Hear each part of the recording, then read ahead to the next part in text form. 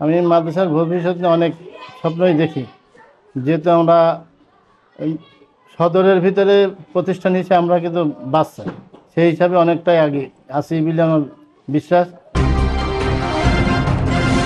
এভাবেই শিক্ষার গুণগত মানের কথা বেশ সহজ সাবলীলভাবেই আরকে নিউজের ক্যামেরায় তুলে ধরছিলেন কুষ্টিয়া সদর মৃত্তিকাপাড়া দাখিল মাদ্রাসার সুপার ফয়জুল্লাহ আর রশিদ।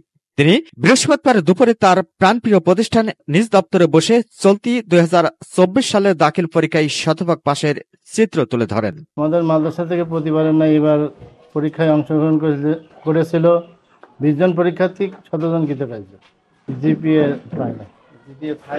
তিনি বলেন, এবার পরীক্ষায় 20 জন পরীক্ষার্থী অংশগ্রহণ করে, এর মধ্যে 17 জন কৃতকার্য হয় এবং 3 জন পরীক্ষার্থী অকৃতকার্য হয়।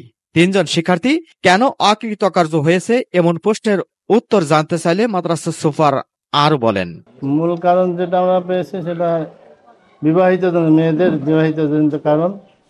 মাদ্রাসা 1997 সালে 1 জুলাই 1997 সালে প্রতিষ্ঠিত হয়ে আমি এই প্রতিষ্ঠানে জয়েন করি 18/1/2005-এ। তারপর ক্রমান্বয়ে যেটা উন্নত হয়েছে, মানে বিভক্ত হয়েছে 2010 সালে।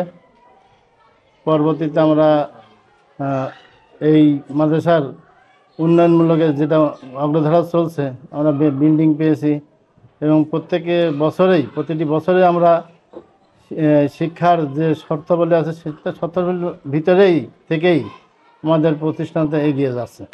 আমি 2005 সালের 18 জানুয়ারি আমাদের মাদ্রাসার ত্রুটি বলতে এখানে আশেপাশে প্রতিষ্ঠানের ক্ষেত্রে ত্রুটি যেটা হচ্ছে ছাত্রীর সংখ্যা কম, এটা মূল না, শিক্ষক সংকট নেই। পরিশেষে তিনি স্বপ্নের প্রাণপ্রিয় প্রতিষ্ঠান নিয়ে অনেক স্বপ্নের কথাও তুলে ধরেন। আমি মাদ্রাসার ভবিষ্যৎ নিয়ে অনেক স্বপ্নই দেখি, যেহেতু আমরা সদরের ভিতরে প্রতিষ্ঠান হিসেবে আমরা কিন্তু বাচ্চা, সেই হিসাবে অনেকটাই আগে আছি বলে আমার বিশ্বাস। হ্যাঁ, এবং কয়েকবার আমরা সদরের আমরা প্রথম স্থান অধিকারও করেছি রেজাল্টের দিক থেকে, এবং সামনে আরও সেন্টার ফার্স্ট হয়েছে এবং হওয়ার সম্ভাবনা আমাদের থাকবে। এবং এই এলাকার একটা মডেল মাদ্রাসা হিসাবে আমার একটা স্বপ্ন এটা প্রতিষ্ঠা করতে চাই। অবকাঠামো বর্তমান জমির কিছু হয়তো সংকট আছে, হ্যাঁ, সীমানা প্রাচীরের একটা সমস্যা আমাদের আছে, সেটা আমরা প্রায় পেয়েছি, হয়তো 1-6 মাসের ভিতরে আমাদের এটা পেয়ে যাব।